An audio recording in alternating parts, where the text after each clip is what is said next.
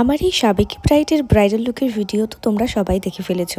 আমি ওই দিন শুধু এই কাজটা করিনি, তার সঙ্গে কিছু পার্টি মেকআপ করেছিলাম। গলাটা ভেঙে যাওয়ার জন্য অন্যরকম আওয়াজ মনে হতে পারে আপাতত, মানে খুবই গলার অবস্থা খারাপ।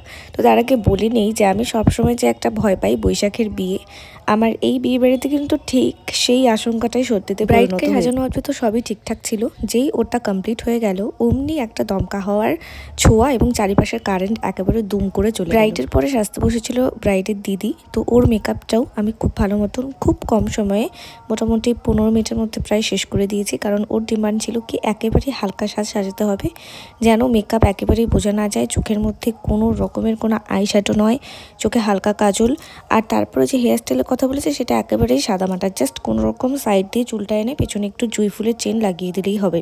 তো ওর ডিমান্ড অনুযায়ী ওকে আমি একেবারেই হালকা সাজিয়েছি। তবে বিয়ে বাড়িতে একটু না সাজলে চলে না, তো সেইটুকু অনুযায়ী ওকে আমি দেখিয়ে ওর বেসটা ভালো মতন করেছি যে হ্যাঁ একটুখানি উজ্জ্বল করব। আর তার মধ্যে ওর যে ঘাড়ের মধ্যে কতগুলো ডার্ক স্পট ছিল এবং মুখের মধ্যে কতগুলো ডার্ক স্পট ছিল, সেই জিনিসগুলোকে আমি খুব ভালো মতো কভার করে মেকআপ হালকা মেকআপ করতে গেলে সবার প্রথমে এই জিনিসগুলোই কিন্তু মাথায় রাখতে হয়। হালকা মেকআপ মানে হালকা ফাউন্ডেশন সেটা কিন্তু একেবারেই নয়। কারণ হচ্ছে যে এখানে ডার্ক স্পটগুলো ঢাকার জন্য যতটুকু মেকআপ প্রয়োজন বা যতটুকু প্রোডাক্ট প্রয়োজন আমাকে কিন্তু ঠিক ততটুকুই ইউজ করতে হবে। তো ওর দিদির ক্ষেত্রে সেরকম কোনো সমস্যা হয়নি, অল্প অল্প স্পট ছিল তাই খুব তাড়াতাড়ি ঢাকতে পেরেছি।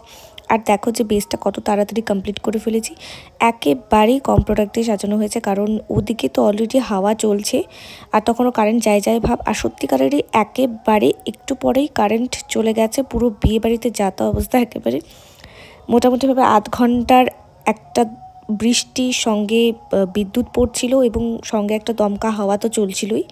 সম্পূর্ণ চেয়ার ফেয়ার সব কিছু ভিজে গেছে। তো তোমাদেরকে একটু পরে দেখাবো। শুধু বারান্দাতে একটা কানেকশন করে যাতে আলো হয় সেইটুকুর একটা লাইটের ব্যবস্থা ছিল।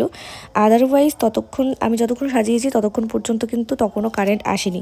ইভেন আমি যখন বাড়িতে আসছিলাম তখনও কিন্তু বেশ একটু হাওয়া ছিল, বৃষ্টিটা কমেছে অবভিয়াসলি, বাট হাওয়াটা কিন্তু ততক্ষণ অবধি ছিল। সাজটা ছিল আমার ওয়ান অফ দ্য সবথেকে লাইটেস্ট মেকআপ। তো তারপরে একটুখানি ওর যে নেকলেসটা ছিল সেটা পরেছে ও, খুবই সাধারণ একটা সাজ, কিন্তু তবুও দেখো কি সুন্দর লাগছে। তো এই ছিল ওর ফুল অ্যান্ড ফাইনাল লুক, যেটা আমি নিতে পেরেছি। বাট পরের মেকআপগুলো যখন আমি করেছি তো তোমরা একটু পরে দেখতে পারবে যে বেশিরভাগ টাইমেই কারেন্ট কিন্তু ছিল না।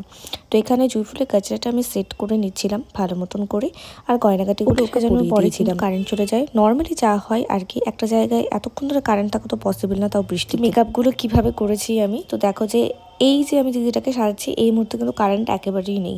তো বেসটা জাস্ট কমপ্লিট করছিলাম, তো তার মধ্যে কারেন্ট চলে গেছে। পুরো বেসটা আমাকে একেবারে অন্ধকারের মধ্যে করতে হয়েছে, নো লাইট, যার জন্য আমি ভিডিও নিতে পারিনি।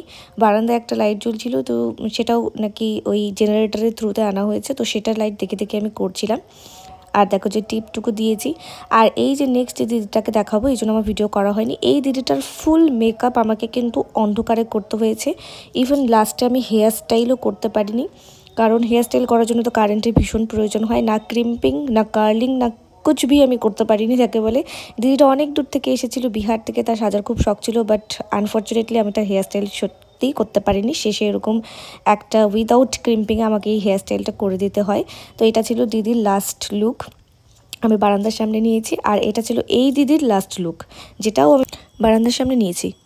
তো বৃষ্টির দিনে এটা হচ্ছে একটা বড় সমস্যা। আসলেই সব জায়গার একেবারে একদিন তো পুরো কোচবিহারের কারেন্ট একদম অফ হয়ে গেছিলো। তো সেদিন আমি যখন বাড়ির দিকে গেছিলাম তখন দেখলাম যে টোটাল বক্সিরহাটেরই কারেন্ট অফ। আর এটাই খুব স্বাভাবিক যে বৃষ্টির সময় সব জায়গাতে কারেন্ট অফই থাকবে, কারণ গাছগাছরা বিভিন্ন জায়গায় পড়ে যায়। তবুও আমি পরে পার্টি মেকআপগুলো ট্রাই করেছি আমার বেস্টটা দেওয়ার। তো তোমাদের কেমন লাগলো তোমরা কিন্তু আমাকে অবশ্যই জানিও।